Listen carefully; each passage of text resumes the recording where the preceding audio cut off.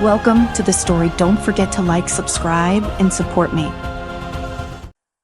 Clark Kent stood at the edge of Metropolis, his eyes scanning the horizon. It was late, the city's lights twinkling beneath him like stars in the sky.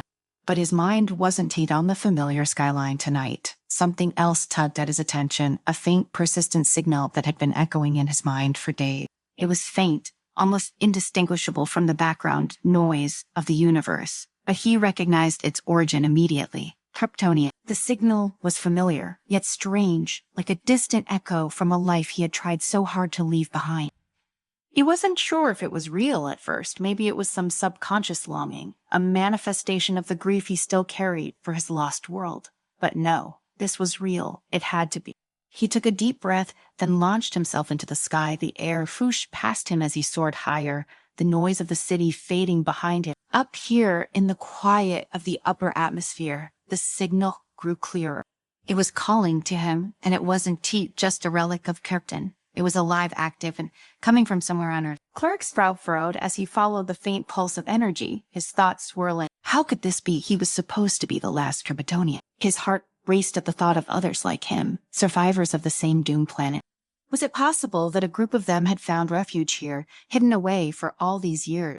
His flight path was northward over mountains and seas, until finally the signal led him to a remote and desolate part of the Earth, a stretch of icy wilderness in the Arctic. Clark descended, landing gently on the frozen ground, his breath visible in the cold air.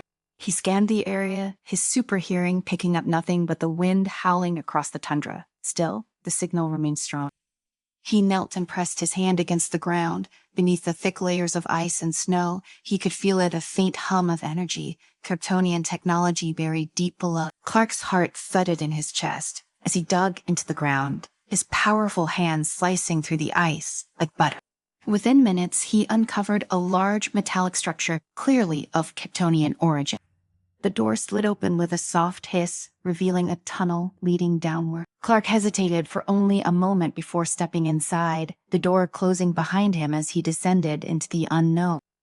At the end of the tunnel, he emerged into a vast underground chamber filled with the unmistakable hum of advanced Kryptonian tech. The room was dimly lit, but he could see the faint glow of holographic displays and the sleek curves of alien architecture. He wasn't too alone. "Welcome, Call LM," a voice said from the shadow. Clark turned, his eyes narrowing. A tall figure stepped forward, dressed in the same Kryptonian armor he remembered from his father's archive. The man's face was lined with age, but his eyes burned with a fierce intensity. "My name is Valdar," the man said, "and we've been waiting for you." Clark felt a wave of shock wash over him. This man was Kryptonian. And there were others. Behind Valdar, more figures emerged from the shadows, all wearing similar armor, their expressions a mixture of relief and something else, anticipation. "How is this possible?" Clark asked, his voice barely a whisper. Valdar smiled grimly. "We survived. Kal-El, not all of Krypton perished in the explosion.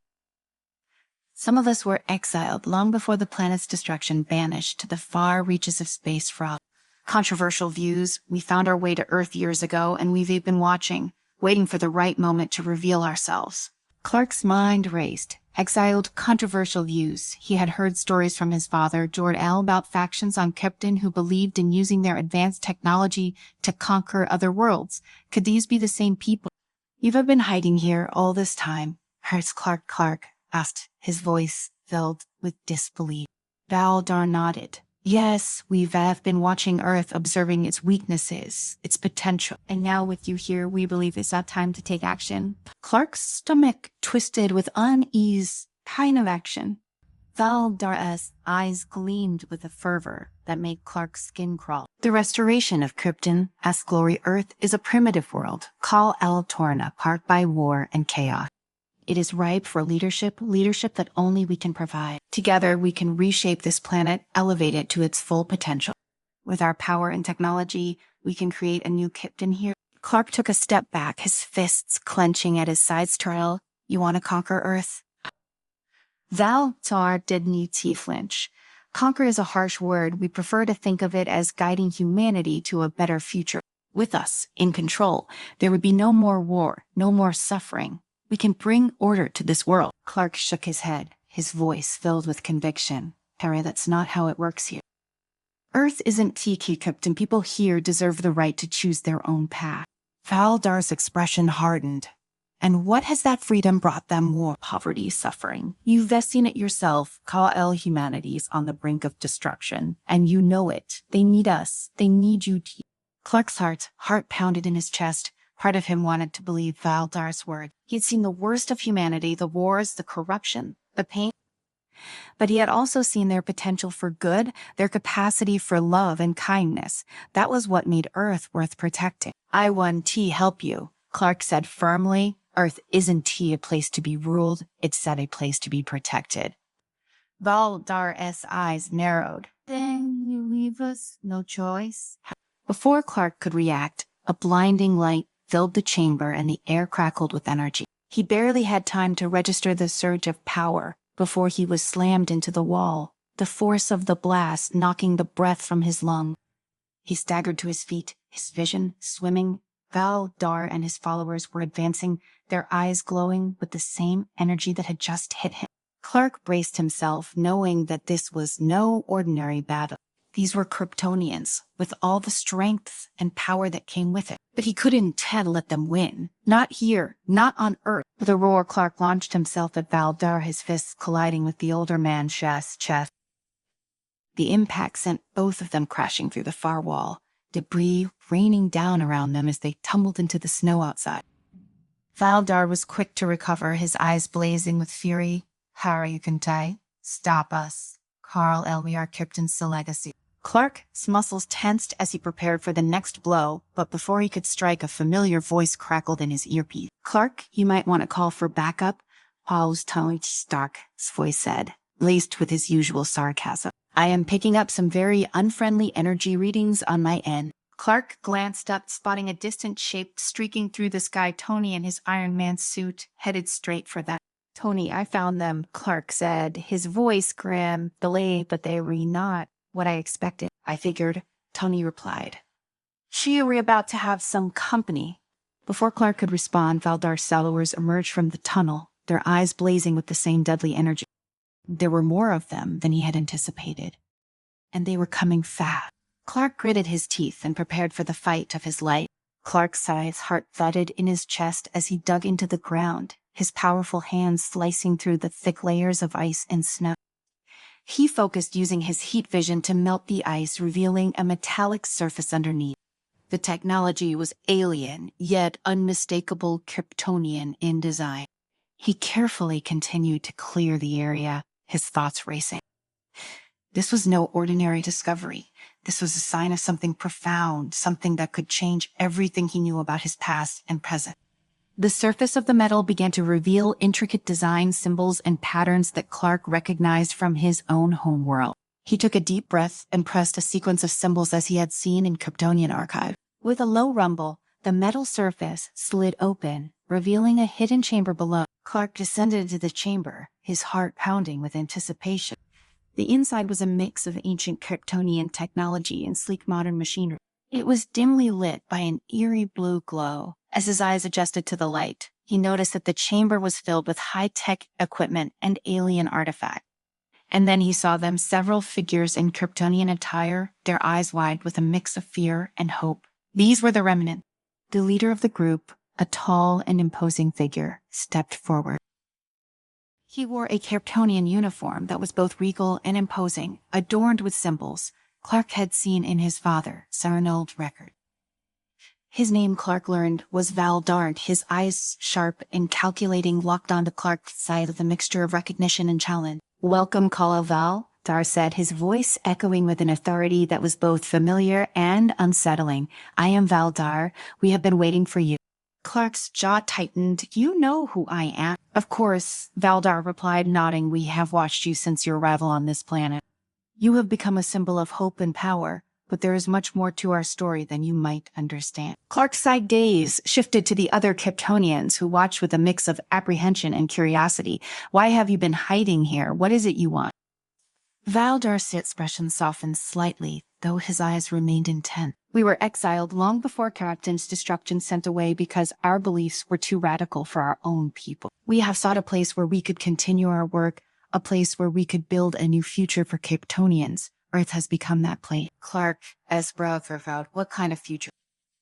Valdarcia's voice grew more passionate, a future where Kryptonian civilization can flourish once more. We have studied Earth's weaknesses and have the power to guide its evolution, to protect it from itself.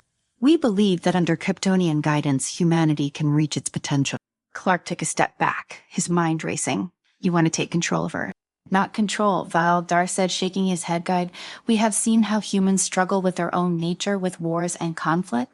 We have the means to bring order, to elevate humanity beyond its current state, but we need to act before it's too late. Clark's heart ached. He understood the desire to help, to see a world improved. But this wasn't how the way. You can too just impose your will on others. People need to make their own choices. Valdarci's gaze hardened. And what choice do they have when their world is on the brink of destruction? Our methods may seem harsh, but they are necessary. We have the power to prevent Earth's self-destruction. Clark's voice grew firm. You don't get to decide that for everyone. There's always another way. A tense silence filled the chamber. Valdar's expression was inscrutable as he studied Clark. You were always one to challenge the status quo, he said, finally. I can see you're not easily swayed, but think carefully. Kala, if you oppose us, you risk leaving humanity to its own devices, and we know what that means. Clark shook his head. I can totally let you impose your vision, no matter how noble it might seem. Valdar's eyes flashed with a mixture of disappointment and resolve. Very well, if you choose to stand against us, we will defend our vision. But remember, we were once allies and we could have achieved great things together. Clark nodded solemnly. We'll see about that. As he turned to leave, Tony Stark's voice crackled through his earpiece. Hey, Clark. I've been tracking your signal. I am in the vicinity. What's the situation? Clark responded, his voice steady but urgent. They found them. They Kryptonian remnants, and they have plans to take control of Earth. Great, Tony replied. I'll be there in 5. We need to figure out our next move. Clark ascended from the chamber, his mind heavy with the gravity of the situation. He knew that stopping Valdar and his followers wouldn't be easy. They had power and conviction, and their vision for Earth was dangerous, despite their good intention. He needed to act quickly to find a way to protect both humanity and the remnants of his own people from causing irreparable harm. As he met up with Tony Stark, who arrived in his sleek high-tech suit, Clark filled him in on the details. Tony listened intently, his face a mask of concentration. So Tony said, adjusting his suit, says diagnostics. What's our plan? Clark took a deep breath. We need to find a way to neutralize their influence without destroying them. If we can convince them that their path isn't the right one, we might be able to avert a conflict. But if they determined to go through with their plan, we'll have to stop them by force. Tony nodded, his expression resolute. All right. Let's make sure we prepared for either scenario. I've got some upgrades for my suit that might come in handy. The two heroes, bound by a common cause, prepared themselves for what lay ahead. The stakes were high, and the future of Earth and the remnants of Krypton hung in the balance. Clark and Tony knew that their decisions would shape not only their own destinies, but the fate of an entire planet.